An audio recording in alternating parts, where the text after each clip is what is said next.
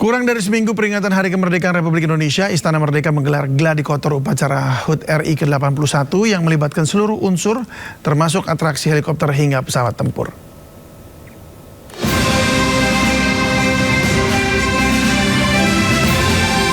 Sejumlah persiapan terus dilakukan untuk memastikan rangkaian upacara peringatan Hari Kemerdekaan Republik Indonesia berjalan lancar. Hari ini Istana Merdeka menggelar gladi kotor yang diikuti oleh Paskibraka, TNI, Polri, dan Pas Pampres. Tidak hanya itu, rangkaian gladi kotor juga diikuti oleh sejumlah penerbang yang akan menampilkan atraksi di langit istana pada 17 Agustus 2026 mendatang. Nantinya, sebanyak 81 helikopter akan beratraksi dengan menampilkan beragam manuver. Menteri Sekretaris Negara Prasetyo Hadi menyampaikan ada beberapa evaluasi minim yang harus segera diperbaiki. Mulai dari titik koordinat formasi atraksi udara hingga penyesuaian paskibraka terhadap rumput istana. Ini misalnya dari sisi koordinat ya, koordinat supaya betul-betul center posisi dari manuver baik pesawat maupun heli, dari sisi podium utama terutama, di mana nanti Bapak Presiden beserta dengan para tamu menyaksikan. Nah, itu salah satu yang tadi juga langsung dikoreksi, langsung kita bahas koordinatnya. Ada, karena juga ada penyesuaian ya, biasanya adik-adik kan setelah sekian lama berlatih di tempat yang agak berbeda dengan yang sekarang.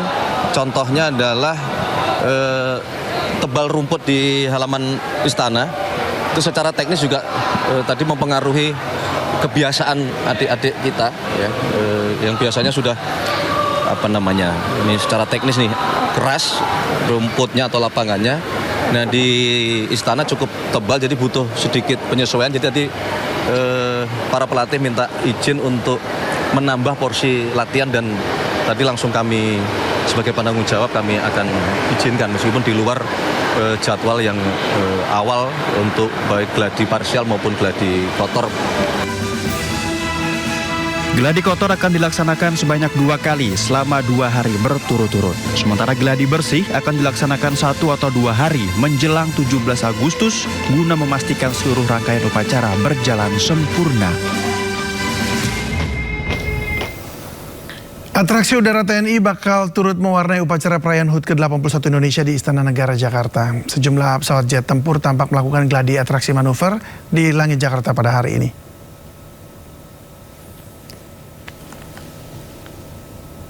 Ya, ini pemirsa, manuver pesawat tempur menjadi bagian dari persiapan atraksi udara yang akan ditampilkan dalam rangkaian perayaan Hari Ulang Tahun Republik Indonesia pada 17 Agustus mendatang. Kemampuan para penerbang TNI yang menjalani latihan ini mengundang decak kagum hadirin. Untuk pesawat tempur, alutsista yang akan dikerahkan antara lain Rafale, F-16, Sukhoi, Hawk, serta Golden Eagle.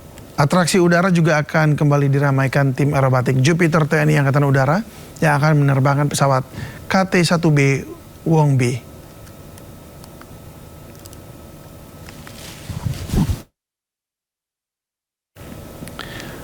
Pemirsa, pendaftaran untuk masyarakat umum yang ingin menghadiri peringatan HUT RI ke-81 di Istana Merdeka telah dibuka. Aturan baru yang diberlakukan, pihak istana akan menyaring pendaftar hanya untuk mereka yang belum pernah mengikuti upacara di Istana Merdeka.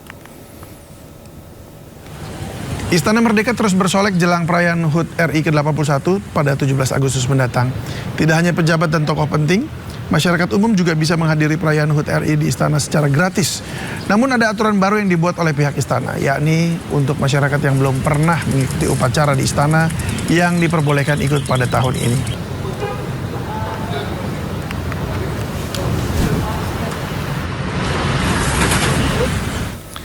Majelis Ulama Indonesia MUI mengharapkan hadiah dari uang pendaftaran lomba perayaan 17 Agustus. Praktik ini dinilai tergolong judi. Ya, dikutip dari laman MUI Digital, Wakil Sekretaris Komisi Fatwa MUI Kiai Haji Muiz Ali menegaskan penyelenggaraan lomba perayaan 17 Agustus hukumnya boleh. Kemerdekaan Indonesia wajib disyukuri karena merupakan rahmat, termasuk memeriahkannya melalui perlombaan.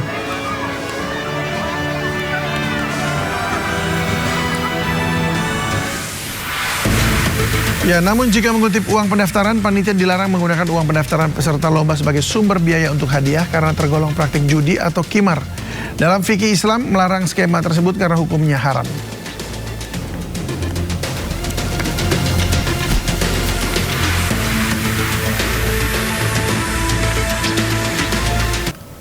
Usai sidang, mantan Menteri Agama Yakut Khalil Qomas membantah telah menerima uang sekitar 4,8 miliar rupiah terkait kasus dugaan korupsi kuota haji tambahan.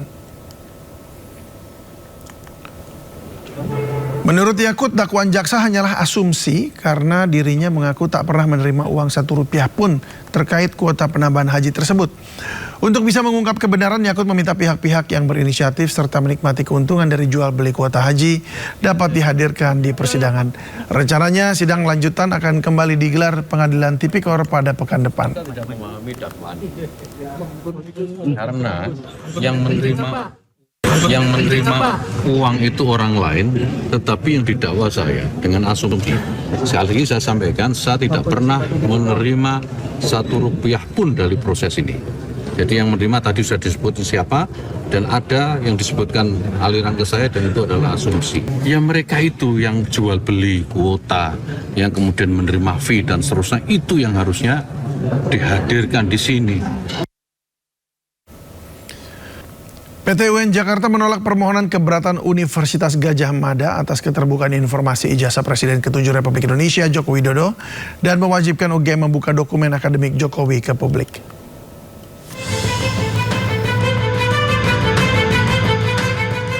Pengadilan Tata Usaha Negara Jakarta menolak seluruh permohonan keberatan yang diajukan UGM terkait keterbukaan informasi ijazah mantan Presiden Joko Widodo. Hakim menolak dalih UGM yang mempermasalahkan batas waktu permohonan informasi serta alasan perlindungan data pribadi. Putusan ini menguatkan penetapan Komisi Informasi Publik yang mewajibkan UGM membuka dokumen akademik Jokowi ke publik.